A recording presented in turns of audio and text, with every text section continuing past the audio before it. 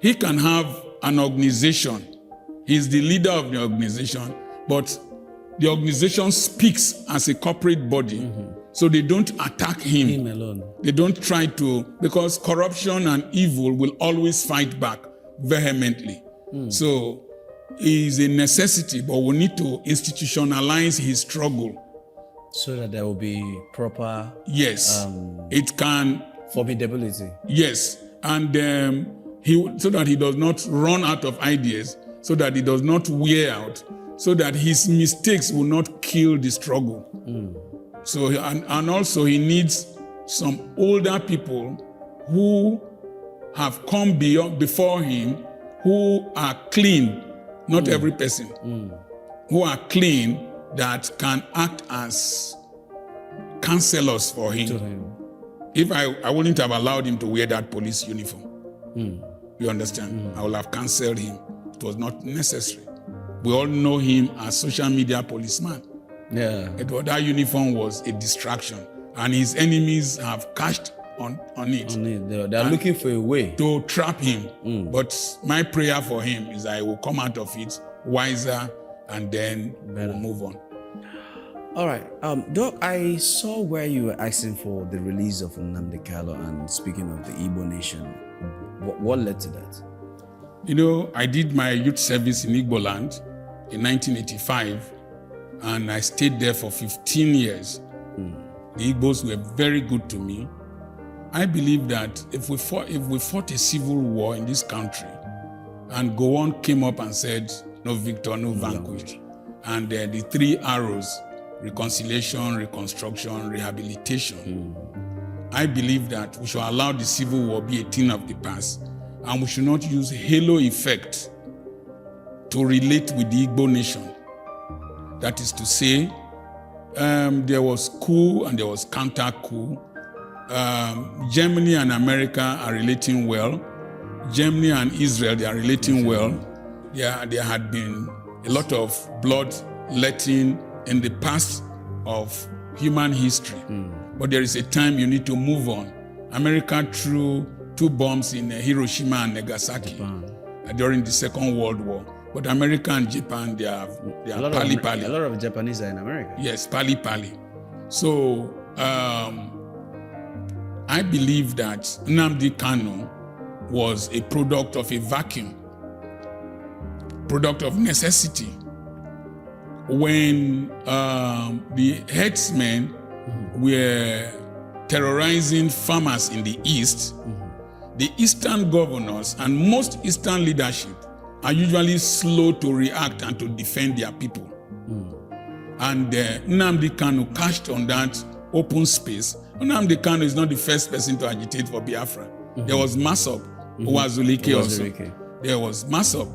But that time, there was no violence, real violence by another tribe who are not indigenous to the East. Igbo. In the book written by Lord Lugard, The Dual Mandate, he published it in 1922. He said that was 8 years after the amalgamation. He said by virtue of the amalgamation that Fulanis can now bring cows to the East. The Easterners had their own cows, Ehi or Ehi. So Nnamdi Kanu filled that vacuum, and the aspiration of the Igbo youths, most who were not born before the Civil War. And Nnamdi Kanu was arrested, taken to court, and granted bail, but his house was invaded. You do not expect him to wait for them to kill him before. So he escaped and went overseas and continued his agitation there. So he was a product of circumstances. He was in Kenya, then you brought him, kidnapped him here. Now, the same Nnamdi Kanu kind of struggle, Igbo started it in the West. In fact, people invaded the Oyo State House of Assembly, Oyo State Governor's House, and raised a Yoruba flag. Igbo was escaping just as Nnamdi Kanu escaped and was caught in Cotonou and he won a case, just as Nnamdi Kanu won his case, and he was asked to be released. Igbo has been released. He has gone to number 10 Downing Street to present a petition to the British government. The same time, after Nnamdi Kanu, a Meiti Allah leader was arrested and released, but Nnamdi Kanu is still in detention after the Supreme Court has said that he should be released.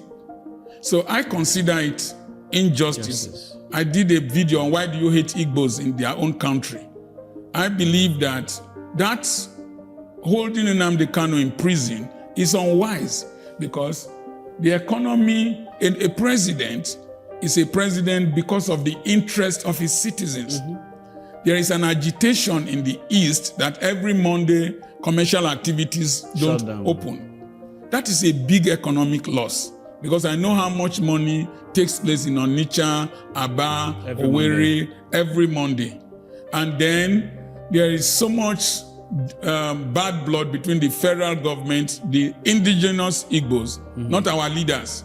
The leaders are pali-pali against the federal government. And there is a sense of alienation that the Igbo man feels in this country, more especially when I know that Peter Obi won the election. I know that the victory was stolen from him. It further agitates the Igbo mind as if they are not needed in this country. Therefore, a wise president will release Nnamdi Kanu. You can release him one way or release him another way. You Shugabanize him. Shugabanization is the wisdom of Shagari when Shugaba of GNPP was giving Shagari problems. And Shagari realized that he was from Chad or Niger Republic. 12 midnight, Shugaba was woken up in the north and carried across the border. The Nigerian passport was seized from him. So he became persona non grata. He couldn't enter Nigeria. Nnamdi Kanu has a British passport. Why don't you carry him to where you brought him from? And drop him there, give him money. You can be wise enough and be smart that he escaped, and then he will be a hero. You know, governments don't tell the truth. He can be a hero in the sight of his followers. And I've listened to him recently. He's not preaching violence in Igbo land anymore. Or maybe even never preached violence. So I believe that releasing Nnamdi Kanu will bring peace to the East, will bring reconciliation to the nation, will bring acceptability to this government that most people feel that he didn't win the election. I think it's just wisdom. It's not every fight you fight. And when you want to fight, you must be very careful. Don't fight somebody who has nothing to lose. Sometimes you have to apologize to some people who have nothing to lose to maintain your sanity.